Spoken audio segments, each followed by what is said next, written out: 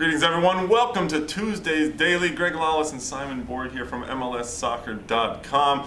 Big day in Europe with the second leg of the Champions League quarterfinals going on. The match everyone is really waiting for right now is Barcelona-Arsenal at the Camp Nou.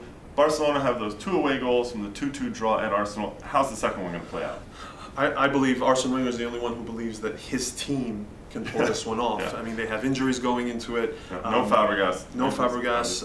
No Song. No Song going into this. So they're shorthanded. You know, going into the Camp Nou, no one's really giving them a chance. And Are you giving them a chance? I would. You wouldn't. Well, of course, Barcelona will also be without some players. Piqué's out for the suspension from yellow cards, and Puyol from the red card from last week as well. So they'll be a little bit shorthanded. But it's definitely going to be a tough game for Arsenal going in. It's also going to be a tough game for Inter going out to Moscow to face CSKA for the other quarterfinal on Tuesday. Inter have a 1-0 lead going in. Can they finish this off? CSKA is going to be a tough nut to crack. So I think Inter want to just manage the game. That 1-goal advantage they have, just to get through the game, because I mean, I think CSKA is going to make it really difficult for them. They're on artificial turf. They're in Russia. The environment is not good. But you have the special one on the other side. He obviously knows how to get results everywhere he goes. I mean, what does he look to do in this game?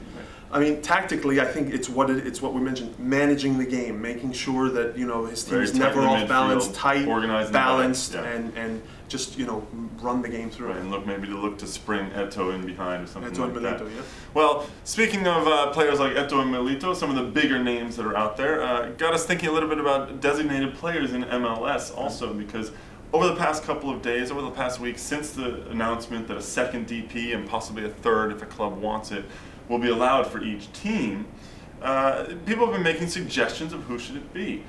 I've been annoyed by seeing every suggestion saying it should be this guy who's over 35, this guy who's 36 years old. It's all these old men, the geriatric league. We don't want that. I don't understand why, when you have the ability to pay for anybody you want, why not actually go and get someone who's going to not only move the needle, but be still in his prime? And I started thinking, Ibrahimovic. Why not? Ibrahimovic, I think, maybe would be a little too ambitious for a team, just because I think he's a guy who maybe wants to stay in European circles. But why not go after him?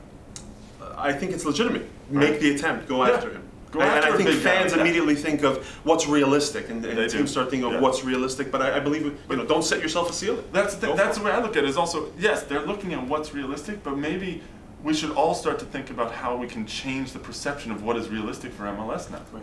And also picking the stars that move the needle, in my opinion. A Ronaldinho would help in that, as opposed to other maybe lower profile stars like Robert Pires was mentioned today. Yep.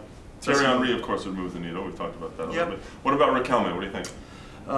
Temperamental problems, I believe, with him, and I don't believe that he doesn't have the pizzazz he did maybe 5 years ago.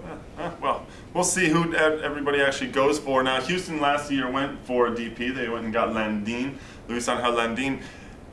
Some heavy weight on his shoulders now with the Brian Ching injury. Brian Ching injured over the weekend, and right now waiting to see what the result will be of the MRI. He could be out for maybe up to a month even. Landin now has to pull his weight. Yeah, Landin, I think, has the skill, the experience to pull his weight and make up for Ching's absence. He's not going to bring what Ching brings, but I think he can help help the team get by in these next couple of weeks. But that's a problem for Houston, I think, because a DP is not a guy who's supposed to help you get by for a couple of weeks. Right. Well, in Mexico, they had the same doubts about Landin. Dynamo's, going after him was a little bit of a risk.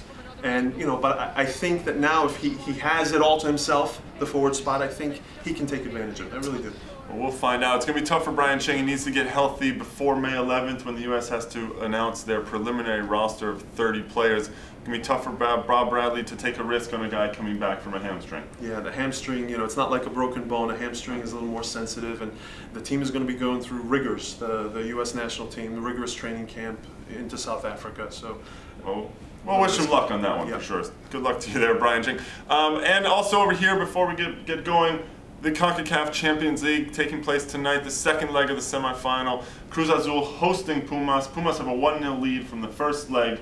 It's at 10 o'clock tonight on Fox Soccer Channel. How's this one going to play out? Well, Pumas brings a 1-goal advantage, but they're on the road. They're against a Cruz Azul team that has great firepower up top, and they want to make up for last year's, missing out on last year's final. So I think Cruz Azul has to be favorite. And they have a coach in Meza who knows how to win this game. That's at 10 o'clock on Fox Soccer Channel yet again. That's it for the Daily here on MLSsoccer.com, but join us tomorrow.